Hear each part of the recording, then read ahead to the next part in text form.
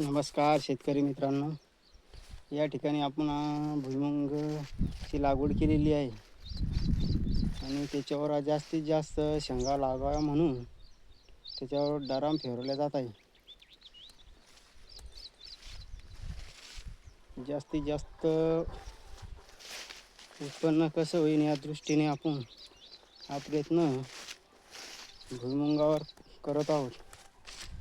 या प्रकारे डाराम फेरवला आणि हे झाडं या ठिकाणी असे खाली दबले गेले, जेणेकरून त्याचे जे आरे आहे त्या जमिनीमध्ये जाईल आणि जास्तीत जास्त शेंगा लागेल आणि जास्तीत जास्त आपल्याला उत्पन्न होईल. या दृष्टिकोनाने आपण या ठिकाणी हे प्रयत्न करून पाहत आहोत. कारण की भुईमुगाची जास्त प्रमाणात वाढ झाल्यामुळे त्याच्या आरे ह्या झाडाशी वरती राहते, म्हणून असे जमिनीला टेकल्यामुळे जे हे आरे आहे आपण पाहू शकतो या जमिनीपर्यंत पसरट झालं पाहिजे. झाल्यानंतर